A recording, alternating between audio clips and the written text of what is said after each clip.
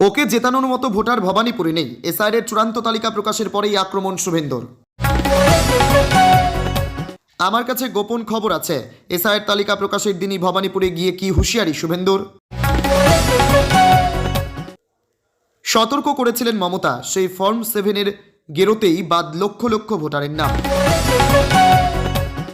নদিয়ার মতুয়া এলাকায় বাদ হাজার হাজার নাম। দায় এড়িয়ে ফর্ম 6 দেখাচ্ছেন বিজেপি বিধায়ক।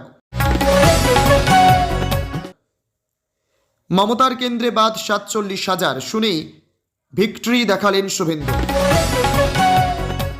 চূড়ান্ত তালিকা বেরোলো, চূড়ান্ত বাদ হলো না, আপাতত 65 লাখ।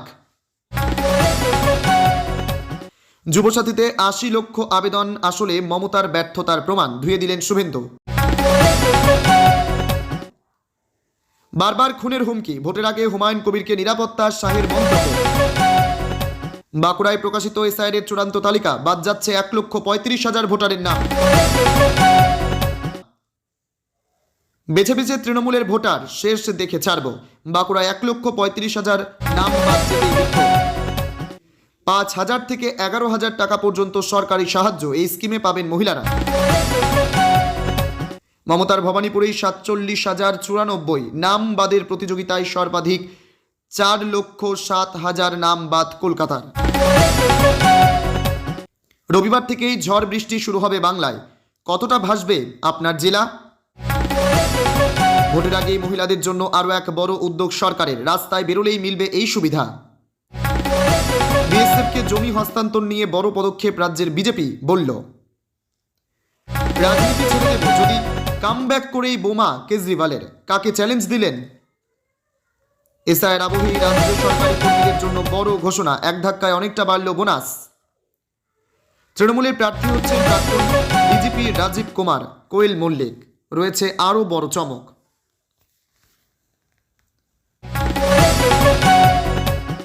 কিশোরীকে গণধর্ষণের পর হত্যা, বাঁচাতে গিয়ে খুন দিদাও। পদ্মাপাড়ে হারহিম ঘটনা। রংবর্ষে গানে নেচে হোলি খেললেন দিলীপ। এসআইয়ের তালিকা প্রকাশের দিন খোশ মেজাজে দাবাং নেতা। মাধ্যমিক পরীক্ষার্থীদের জন্য আপডেট, ফল প্রকাশের সম্ভাব্য দিন জানালো পর্ষদ। রানাঘাট, কৃষ্ণগঞ্জ, চাকদহ হাজার হাজার নাম বাদ, মতুয়াদের ওপর কেমন প্রভাব, যা বলল তৃণমূল। চূড়ান্ত তালিকা প্রকাশের দিনই ফের এসআইয়ের বিরোধিতায় পথে তৃণমূল। এতক্ষণ শুনছিলেন সংবাদ শিরোনাম, এবার আসছে বিস্তারিত খবরে। ভিডিওটি ভালো লাগলে লাইক করুন এবং আমাদের ইউটিউব চ্যানেলটি সাবস্ক্রাইব করুন। জেতানোর মতো ভোটার ভবানীপুরে নেই। এসআইয়ের চূড়ান্ত তালিকা প্রকাশের পরেই আক্রমণ শুভেন্দুর। 28 তারিখ প্রকাশিত হলো এসআইয়ের চূড়ান্ত তালিকা। এদিনের দিকে তাকিয়েছিল আপামর পশ্চিমবঙ্গবাসী। এসআইয়ের নাম বাদ দিয়ে উত্তাল হয়েছে রাজ্য রাজনীতি। রাজ্যের কোথায় কত নাম বাদ গিয়েছে এ প্রসঙ্গে নিজের বক্তব্য পরিষ্কার করেন রাজ্যের বিরোধী দলনেতা শুভেন্দু অধিকারী। শুভেন্দু অধিকারী বলেন, ভবানীপুরে 45,000 প্রথম রাউন্ডে গেছে, আর বিবেচিত হবে 14,514, অর্থাৎ মোট 60,000। তিনি বলেন, ওকে জেতানোর মতো ভোটার ভবানীপুরে নেই। এসআইয়ের পরিষ্কার, 1 কোটি ভোটার কি বাদ যাবে? এ প্রসঙ্গে শুভেন্দু অধিকারী বলেন, আমি বলছি 26 দিন অন্তর অন্তর বাচ্চা হতে পারে না। আমি বলছি একজনের 100টা বাচ্চা থাকতে পারে না। এগুলোর নামই তো এলডি। এগুলো তো দেখবেন জজেরা। অভ্যন্তরীণভাবে আমি যেটুকু খবর পাচ্ছি, জুডিশিয়ারি খুব গুরুত্বের সঙ্গে ব্যাপারটা করছে। এটি খুব ভালো লক্ষণ। তারা কখনো কারো দ্বারা প্রভাবিত হন না, তারা নথির ওপর করেন। এখানে নথি নষ্ট করারও জায়গা নেই। আমি ইচ্ছে করলেই কিছু করতে পারবো না, কারণ ডিজিটাল ফুটপ্রিন্টের ওপরেই বিবেচনাটা হচ্ছে। ওটা আমি আপনি চাইলে বদলাতে পারবো না। রাজ্যের বিরোধী দলনেতা আরও বলেন, প্রথম দফায় 58 লক্ষ, পরে অনুপস্থিত ইত্যাদি মিলে প্রায় 5 থেকে 6 লক্ষ, এই করে 63 থেকে 64 লক্ষ তো বাদ গেছে, বাকি 65 লক্ষ বিবেচনায় গেছে। আমার কাছে অফ দ্য রেকর্ড একটা তথ্য আছে, কিন্তু সেটা আমি বলছি না। নন্দীগ্রামে কত নাম বাদ গেছে তা নিয়ে ইতিমধ্যে সরব তৃণমূল। শুভেন্দু অধিকারী সে প্রসঙ্গে বলেন, ভবানীপুরের কাউন্টার করার জন্য এসব বলছে। আমার মৃত ভোট, অ্যাবসেন্ট ভোট দেওয়ার কোনো দরকার হয় না। ওটা নিয়ে একটু কম কথা বলুক। আমি তো ওদের 3 বার হারিয়েছে, শুধু 21 নয়, পঞ্চায়েতে আমি হারিয়েছে। 17টা গ্রাম পঞ্চায়েতের 11টাতে আমি হারিয়েছে, 2টো পঞ্চায়েতে সীমিত হারিয়েছে। আমার লিড ছিল 2000, অভিজিৎ গঙ্গোপাধ্যায় লিড হয়েছে 8200। এসআইয়ের চূড়ান্ত তালিকায় বাদ গিয়েছে বিএলওদের নাম। এ নিয়ে শুভেন্দু অধিকারী সুর চড়িয়ে বলেন, এর জন্য দায়ী মমতা বন্দ্যোপাধ্যায়ের নিয়োগকৃত বিএলও এবং AEROরা। এরাই জটিলতা করছে। মাইক্রো অবজারভারের উপদেশ নিয়ে এদেরই নিষ্পত্তি করে দেওয়া উচিত ছিল। রাজ্য সরকার বিএলও নিয়োগ করেছে, দায়ভার তো রাজ্য সরকারকে নিতে হবে। রাজ্য সরকারে তো সবাই ল্যাম্পপোস্ট, একটাই তো পোস্ট, মমতা বন্দ্যোপাধ্যায়, সবাই জানে। ওনাকে জেতানোর মতো ভোটার ভবানীপুরে নেই। এসআইআরে পরিষ্কার। চূড়ান্ত তালিকা বেরোলো, চূড়ান্ত বাদ হলো না। আপাতত 65 লাখ। কেউ বলেছিলেন 1 কোটি, কেউ বলেছিলেন 80 লক্ষের বেশি। এসআইআর চূড়ান্ত ভোটার তালিকায় কতজনের নাম বাদ যাবে তা নিয়ে বিজেপি নেতারা নানান মন্তব্য প্রথম থেকেই করছিলেন। শাসক দল তৃণমূল আবার অভিযোগ করে, কমিশনের অফিসে বসে জোর করে নাম বাদ দেওয়া হচ্ছে। রাজনৈতিক এই চাপানোতরের মধ্যেই শনিবার বাংলায় এসআইআর চূড়ান্ত ভোটার তালিকা প্রকাশ করল জাতীয় নির্বাচন কমিশন। আর সেই তালিকায় দেখা গেল 65 লক্ষ নাম বাদ গিয়েছে। তবে এখনও 60 লক্ষ নাম অমীমাংসিত রয়েছে। সেখান থেকে কত নাম বাদ যেতে পারে তা নিয়ে জল্পনা জারি রইল। গত বছরের অক্টোবরের শেষে রাজ্যে এসআইআর প্রক্রিয়া শুরু করার ঘোষণা করেন কমিশন। তারপর গত 4 নভেম্বর থেকে এনুমারেশন ফর্ম বিলি শুরু করেন বিএলওরা।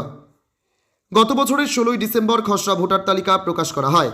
সেখানে 58 লক্ষের বেশি নাম বাদ পড়ে। এর মধ্যে মৃত ভোটার, স্থানান্তরিত ভোটার এবং একাধিক জায়গার নাম থাকা ভোটার ছিল। এদিন চূড়ান্ত ভোটার তালিকা প্রকাশের পর দেখা গেল আরও 7 লক্ষের বেশি নাম বাদ পড়েছে। অর্থাৎ সব মিলিয়ে 65 লক্ষ নাম বাদ পড়েছে। আরও 60 লক্ষের নাম অমীমাংসিত অবস্থায় রয়েছে।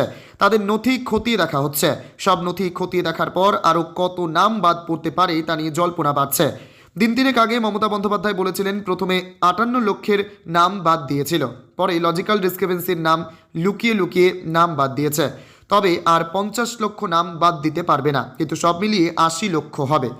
এদিন চূড়ান্ত ভোটার তালিকা প্রকাশের পর তৃণমূল নেতা তন্ময় ঘোষ বলেন, এসআইআর নামে হেনস্থা ও বাঙালিদের ওপর বিদ্বেষ যে চরম জায়গায় পৌঁছেছে সেটা বন্ধ হওয়া প্রয়োজন। আর কোনো বৈধ ভোটারের নাম বাদ গেলে রাজনৈতিকভাবে, আইনগতভাবে আন্দোলন হবে এবং বিভিন্ন জায়গায় ধরে ধরে যে নাম বাদ দেওয়ার চক্রান্ত তা বন্ধ করতে হবে। বিজেপি এভাবে নাম বাদ দিয়ে জয়ের যে স্বপ্ন দেখছে তা সফল হবে না। 65 লক্ষ নাম বাদ যাওয়ায় কোনো রাজনৈতিক দল লাভবান হতে পারে তা নিয়েও জল্পনা বাড়ছে। এ নিয়ে বিজেপি নেতা জগন্নাথ চট্টোপাধ্যায় বলেন, ভোটার তালিকা প্রকাশের পর কার লাভ কার ক্ষতি তা বিচার করার দায়িত্ব রাজনৈতিক দলের নয়। ভোটার তালিকা প্রকাশের পর সেই তালিকা নিয়ে ভোট যুদ্ধে নেমে পড়াটাই রাজনৈতিক দলের কাজ।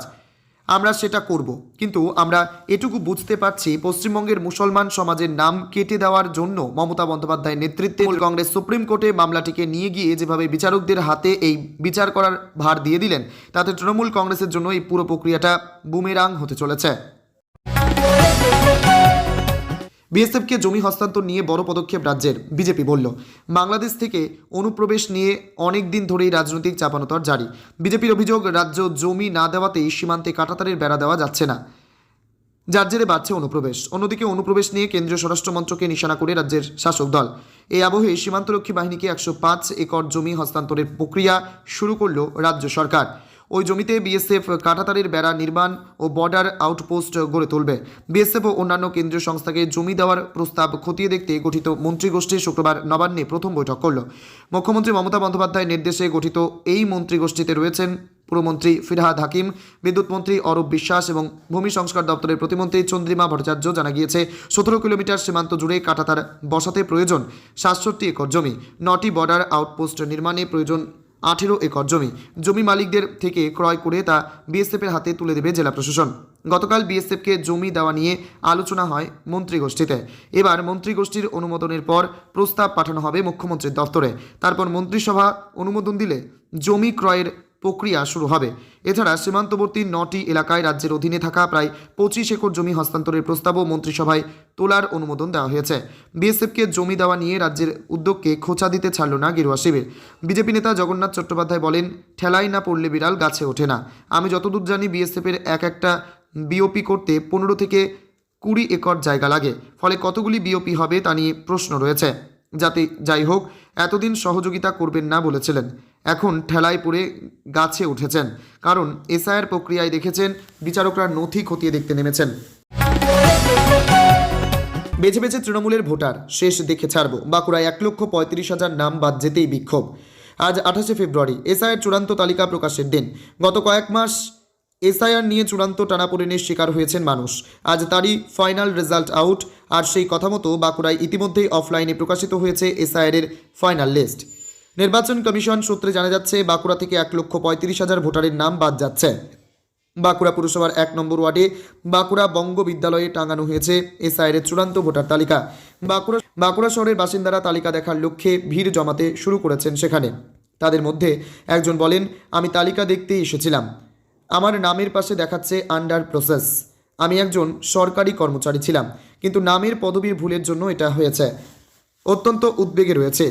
এখন অপেক্ষা করা ছাড়া আমার আর কোনো উপায় নেই।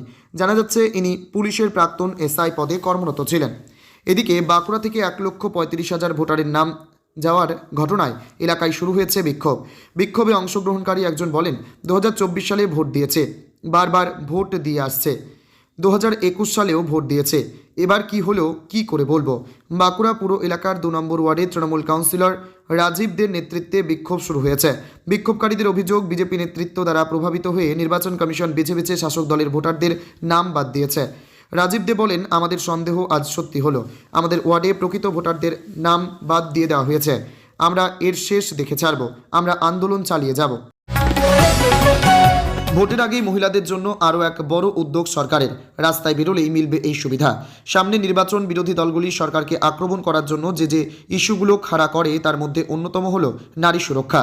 এবার তার কোনো ফাঁকতাল রাখতেই চাইছে না কলকাতা পুলিশ। নারী সুরক্ষায় এবার বিশেষ ব্যবস্থা নিচ্ছে তারা। এবার শহরের 5 জায়গায় চালু হচ্ছে পিঙ্ক বুথ। এখানে উল্লেখ্য, মহিলাদের জন্য এর আগে একাধিক জনমুখী প্রকল্প নিয়ে এসেছে মমতার সরকার। এবার তাদের নিরাপত্তা আরও সুনিশ্চিত করতে বড় উদ্যোগ পুলিশ মন্ত্রী মমতা বন্দ্যোপাধ্যায়ের। কি এই পিঙ্ক বুথ? কলকাতা পুলিশ সূত্রে খবর, এই বুথগুলি সম্পূর্ণ মহিলা পরিচালিত। সংশ্লিষ্ট বুথগুলিতে থাকছে অত্যাধুনিক সুবিধে। এছাড়াও শাইনিং পেট্রোলিং গাড়ি ঘুরবে রাতের কলকাতায়। সেই গাড়িতেও থাকবেন মহিলা উর্দিধারীরা। শাইনিং পেট্রোলিং গাড়ির নাম দিয়েছেন খোদ মুখ্যমন্ত্রী মমতা বন্দ্যোপাধ্যায়। জানা যাচ্ছে, বিকেল 5টা থেকে রাত 11টা পর্যন্ত পিঙ্ক বুথগুলি খোলা থাকবে, আর রাত 2টো পর্যন্ত শাইনিং পেট্রোলিং গাড়ি ঘুরবে। কোথায় কোথায় এই পিঙ্ক বুথগুলো তৈরি হয়েছে? কলকাতা পুলিশ সূত্রে খবর, গড়িয়াহাট, শ্যামবাজার, বেহালা, কাকুরগাছি, হিটকো মোড় এই বুথগুলি খোলা হচ্ছে। সিপি সুপ্রতিম সরকার বলেন, নারী সুরক্ষা কলকাতা পুলিশের সর্বোচ্চ অগ্রাধিকারের মধ্যে পড়ে। সে বিষয় মাথায় রেখে 2টি বিশেষ উদ্যোগ নেওয়া হলো। যে সকল কর্মকর্তা মহিলা সন্ধ্যে থেকে একটু বেশি রাতে বাড়ি ফেরেন, তাদের নিরাপত্তা আরও সুনিশ্চিত করা যায়, আরও সুদৃঢ় করা যায়, সে বিষয়টি মাথায় রেখে এই উদ্যোগ নেওয়া হলো। একটি হলো পিঙ্ক বুথ। কলকাতা শহরের 5টি গুরুত্বপূর্ণ সংযোগস্থলে পরে আরও বাড়ানো হবে সংখ্যাটা। কোনো অসুবিধায় পড়লে এই পিঙ্ক বুথে মহিলারা যোগাযোগ করতে পারবেন। মাধ্যমিক পরীক্ষার্থীদের জন্য আপডেট। ফল প্রকাশের সম্ভাব্য দিন জানালো পর্ষদ। শেষ হয়ে গিয়েছে চলতি বছরের মাধ্যমিক পরীক্ষা। চলতি বছর 12ই ফেব্রুয়ারি এই পরীক্ষা শেষ হয় এবং এই পরীক্ষা প্রতিদিন সকাল 10:45 শুরু হয়, যা দুপুর 2টো পর্যন্ত চলে। তবে পরীক্ষা শেষ হওয়ার পরে প্রত্যেকটি পরীক্ষার্থী মনে আসে ফলাফলের বিষয়টি। কবে মাধ্যমিক পরীক্ষার ফল ঘোষণা হবে তা জানতে উৎসুক থাকেন পরীক্ষার্থী থেকে শুরু করে তাদের অভিভাবক সকলেই।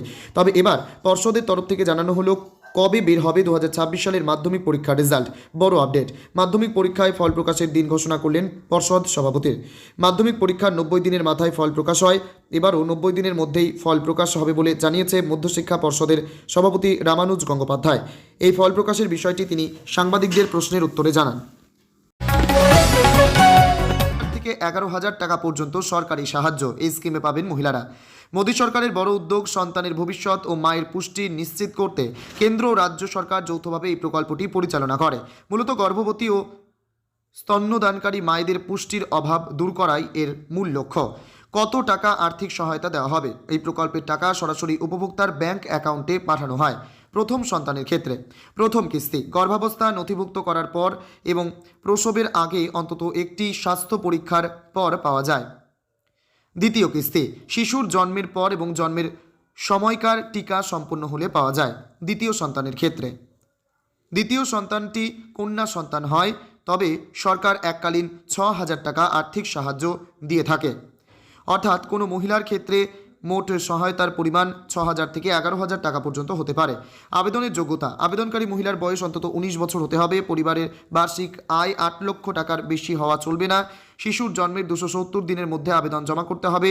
প্রয়োজনীয় নথিপত্র আবেদন করার সময় নিচের নথিগুলি সঙ্গে রাখুন: Aadhaar card, bank passbook, ration card অথবা আয়ের শংসাপত্র, মা ও শিশু সুরক্ষা কার্ড। আবেদন পদ্ধতি: আপনি দুইভাবে এই প্রকল্পের জন্য আবেদন করতে পারেন। অনলাইন আবেদন: সরাসরি অফিসিয়াল পোর্টালে গিয়ে প্রয়োজনীয় তথ্য দিয়ে আবেদন করতে পারবেন। অফলাইন আবেদন: আপনার নিকটস্থ অঙ্গনওয়াড়ি কেন্দ্র অথবা সরকারি প্রাথমিক স্বাস্থ্য কেন্দ্রে যোগাযোগ করে ফর্ম জমা দিতে পারেন। মনে রাখবেন, সঠিক সময়ে আবেদন করলে ও নিয়মিত স্বাস্থ্য পরীক্ষা করালে এই টাকা পেতে কোনো সমস্যা হয় না। এটি মা ও শিশুর সুস্থ জীবনের পথে একটি বড় পদক্ষেপ।